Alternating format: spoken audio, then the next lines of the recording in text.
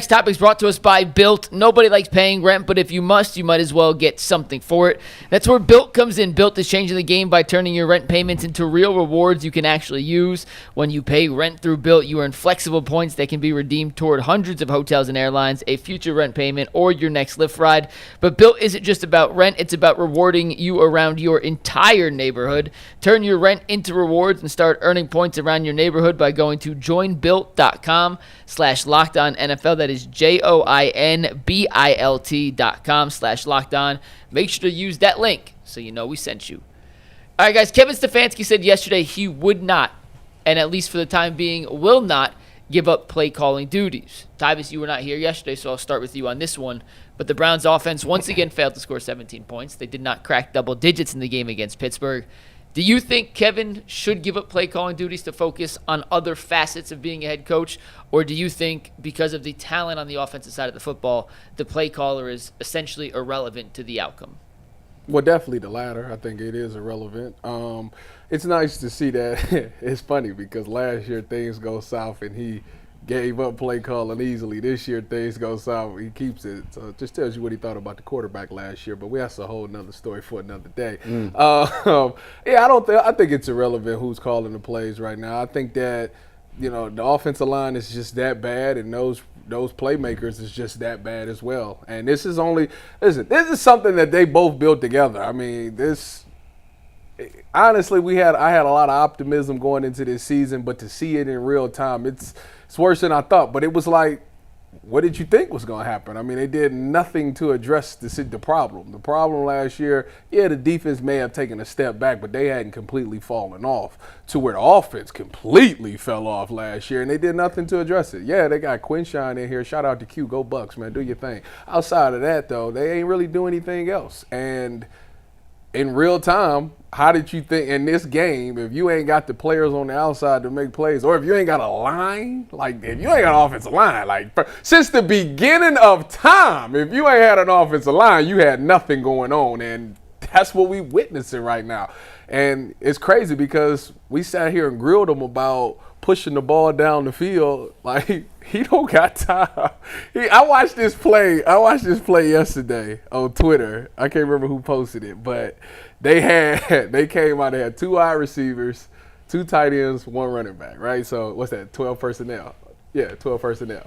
And both tight ends was blocking. The only 2 people on the route was Judy ran the over and the other guy ran the post. Do you know by the time Dylan Gabriel went through play action and tried to throw that ball, he was getting sacked? I posted that time. It's crazy that this is going on. So, like, at this point, I don't understand. I do understand why you threw it 52 times, but I don't understand why you started the game off throwing the ball. You should have stuck with running the ball because at least, the interior offensive line, even though they struggling, that's your best bet is to run the football. And I think that you kind of conceded defeat in that. But again, like, if you play football one-on-one, if the box is stacked, okay, you got 8 people in the box, that tells you have to throw the ball because that means that's one-on-one on outside coverage.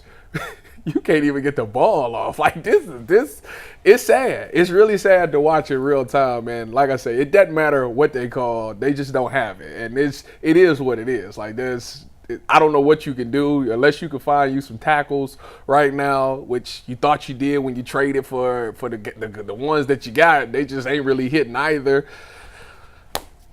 You better run some screens. You got to go back to that screen game. When we first got here, your screen game was elite. Me and G. Bush used to commend it all the time. Boy, y'all used to throw some good screens. And set it up different ways. Even against Minnesota, y'all brought the tight end screen back. Yeah, you faked it here, faked it there, and threw it to Njoku. You need to bring something like that back because, boy, Dylan Gabriel, the only thing I knew from him that I thought was positive from him is that boy can take a hit.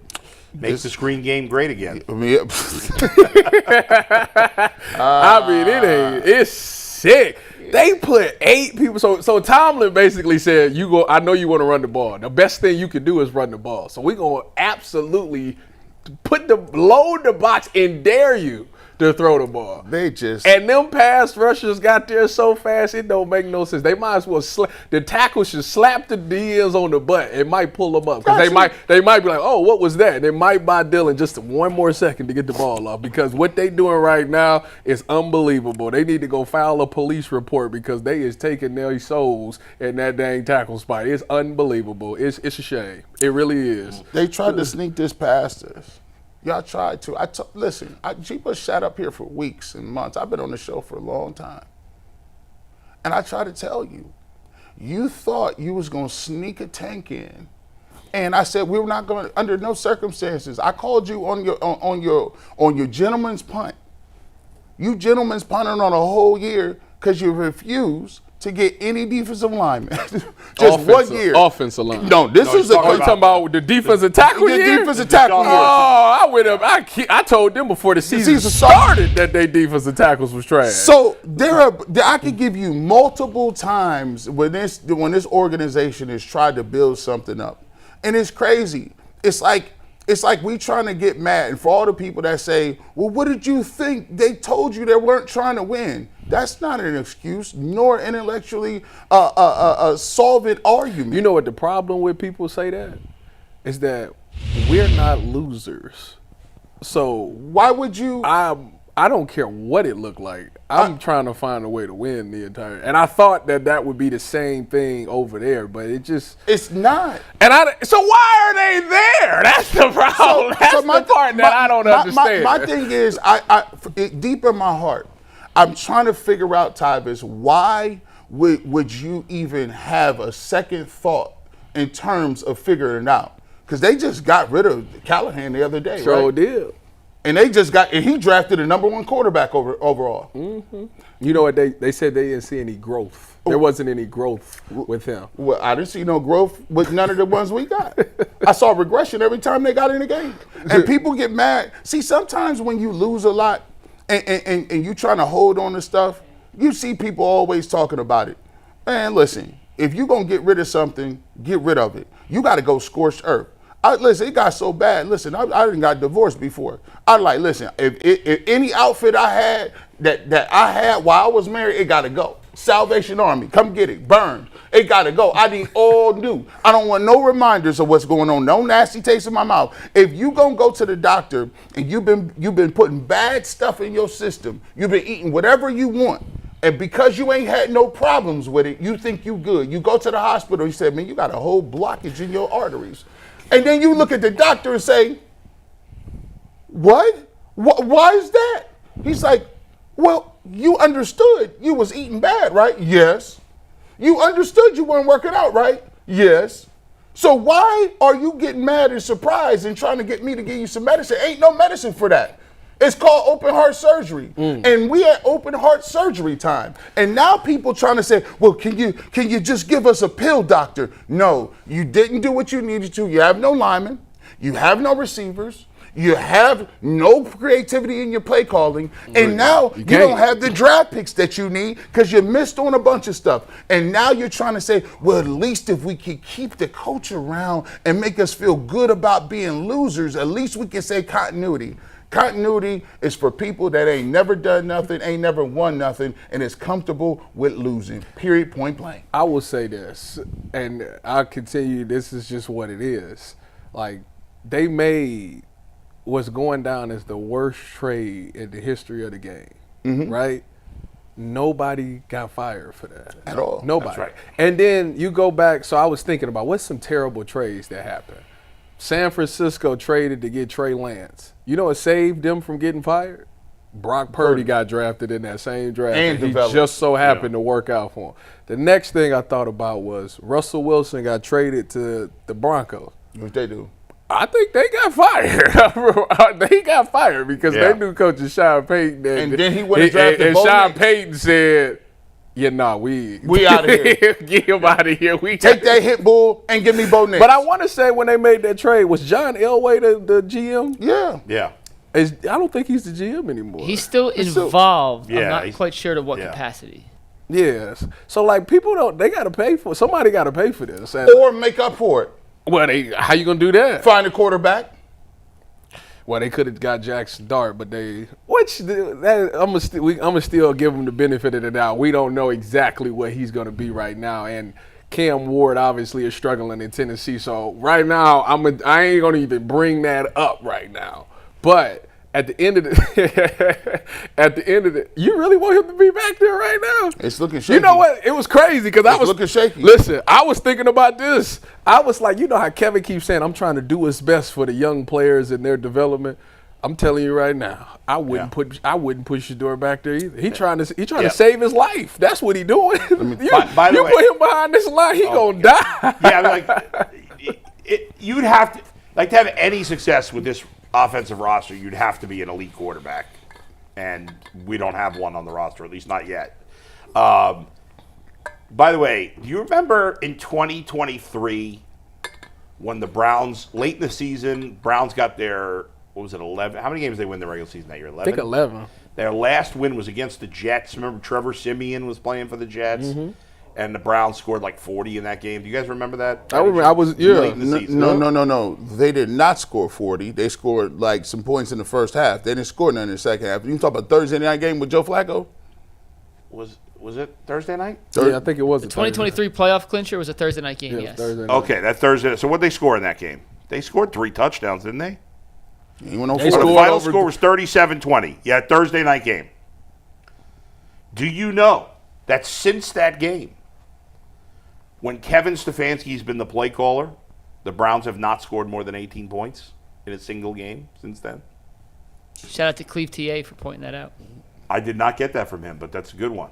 Yeah, he tweeted that. He's been updating it every week. Oh, it's been X weeks since Kevin Stefanski. I didn't see that, but I was just thinking about it because I was like, the Browns have only scored a couple of times, and that was with Jameis. So I was like, how far back does that go? So in games that Kevin Stefanski's been the play caller since that win to clinch the playoffs against the Jets Thursday night, including the playoff game, the Browns have gone 2-15.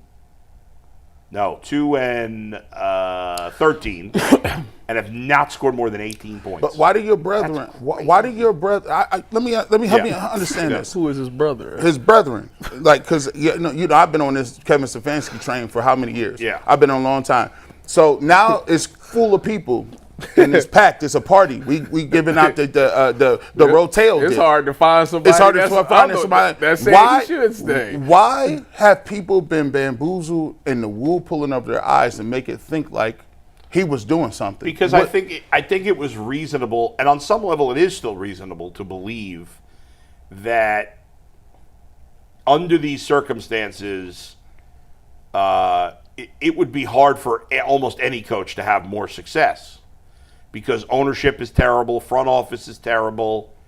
They don't have a lot of talent. Do you think the Browns have a winning record with any coach right now? Now, I think they have more than one win with other coaches. Yes. But do you think they have a winning record with this exact roster and any other coach? I don't think so. But here's the thing, though, Bull. Yeah.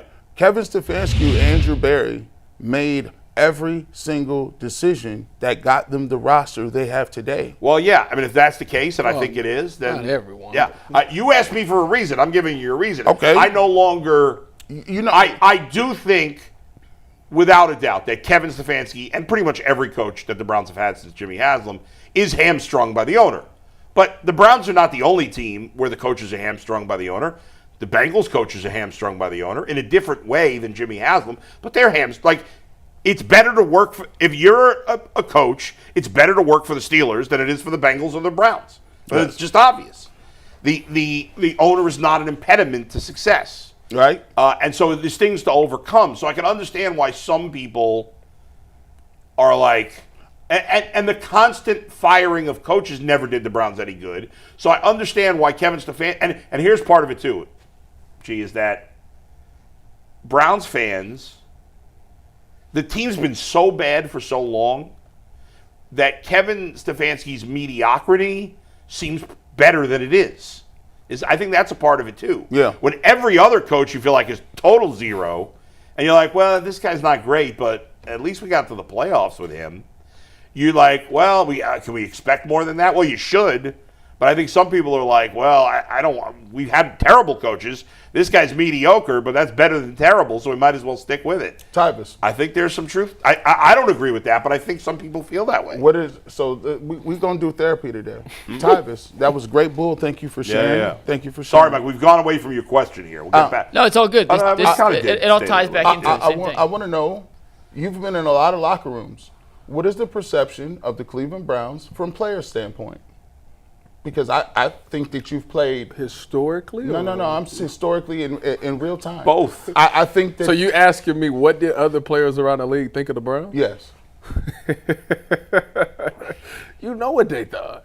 I have to hear it from you. I didn't play. I didn't know. I don't know these people. I need to see. Now this is the difference between Tyvus, the former player, and Tyvus, the analyst. Let me go ahead and put that disclaimer out there. There you go. Are people actively like making fun of the Browns in other locker rooms? Does that happen? I always give the story of the fact that when I was in Seattle. Yeah. I would always, because I was from Cleveland, so I always talked about the Browns in the locker room. Yeah. And multiple players would say that if they were ever traded to the Browns, they would fake an injury because the trade would then get voided because there was no way that they would go to Cleveland. Was that? I mean, would they say that about other teams too, or just, you don't know? No, that was just me talking about the Browns at that point. I don't know about if they felt that way. Like, do you think they would have felt that way about Cincinnati? I'm not or sure. The other band. I never asked. I'm just curious. I just know that's what they said, and they said speculation. They told me that the only time that the Browns will go to the Super Bowl is when they go to the bathroom. Whew. Those are exact quotes. But I wonder what it like. I wonder how do the players think it's the owner? Do the players think it's something about Cleveland? Is that a knock at the city? Or something about just like the players believe in curses and they think the franchise is cursed? I'm not 100% sure. I'd love to dive but you got to into that. remember, when I was in Seattle, that was during 1-31. Right, it was the this bottom is of the barrel. 2016, so that's This is not much better. 16 And so they tried. No, 1-15. I mean, the Browns are. I know it's not as bad as that record-wise, but no, you're now 4-19 the last 2 years. Go ask. Listen. You know what Brian Callahan was with Tennessee? 4-19. Yeah. They fired him. So here's the thing. I give you the synopsis of what Bulls thinks from a media standpoint. I give you a synopsis based on what Tyvus is saying with players. And I'm just sitting here delivering it up to you. The reality of this situation is until you get somebody that is not going to deal with the woe is me, it's a bad situation. That is not how you are a leader. A leader doesn't say, you know what a leader does? There's a lot of things that I don't like that come from the top or any organization. I work for a lot of them. But you know what? I refuse to take L's. I'm going to man up. I'm going to get it done and figure a way out. At the end of the day, Kevin Stefanski is the leader of the organization. And let me give you this. If Kevin Stefanski did not believe he was put up in the best situation, his contract just came up, right? Mm-hmm. If he was confident in who he was, and everybody said he's gonna get a job tomorrow. That's right. He should have went to the office and said, "Listen, let me tell you something. I got 2 coaches of the year. This is the way I want to run it, Jimmy. If you don't want to see eye to eye with me, what I'm gonna do is part ways." You know who did that? Shanahan did that. That's when Stefanski, because we talked about that, and I brought that up to Jason. That's when he really started to lose me. Is that he had all the power. He had all the power. He had all the power, and he didn't use it. And the Browns need. I think as bad as Jimmy is, I think there is a coach out there who, for sure, I don't know, but I think there's a coach out there that can win here. As crazy as that sounds, and I don't think Kevin Stefanski is it. And you need a coach that is going to push the owner. Just as much, in my opinion, just as much as and he push the players. And you got to say, look. You know what I think, though? Again, one thing that's never, ever been reported was his contract, his extension. Never. We never got an answer. It was not public record. We don't know what it was. So similarly to Myles Garrett, you add another 0 on there, the loser don't seem that bad. Again, you see what I'm saying? If I was about that life, because I know a dude who did that. It was here. it was an example. Shanahan was an offensive coordinator. And yes, those jobs are very difficult to come by. Yeah. And rather than sign back up for that nonsense, he did a PowerPoint that said, here's why I would never play in coaching your organization. I'll take my ball and go somewhere else and do something else. And it worked out pretty well for him. Yeah. At the end of the day, the whole narrative that, oh my gosh, Kevin is a little puppy in the corner getting beat up. That's the law. Stop. No, I agree with that. Stop. I agree with that. And I think, I've been saying Brian Flores, and I'm not sure Brian Flores is definitely the right guy, but I think you need a hard ass. And I think we're kind of learning that maybe Tua was a bigger part of the problem than Flores in Miami. Flores got a lot of crap for how he handled Tua, and maybe he didn't handle it perfectly. But Tua's calling team meetings and guys are not showing up. If your quarterback's calling a team meeting and the players are not coming or coming late, That's an issue. See, they're going to get Mike McDaniel fired for sure. Hey, McNuggets called a meeting after the show. Nah, I'm straight, dog. Guys, the Cleveland Browns, forget the Jimmy part of it. The Browns players need a coach that's going to, pardon my French, get in their ass. They need it. Yeah. Pause, but yeah. They need that. I see what you saying. Brian Flores, he don't mess around. They call him Flo in the industry. He is a mean SOB, and that's what they need, Well, I think.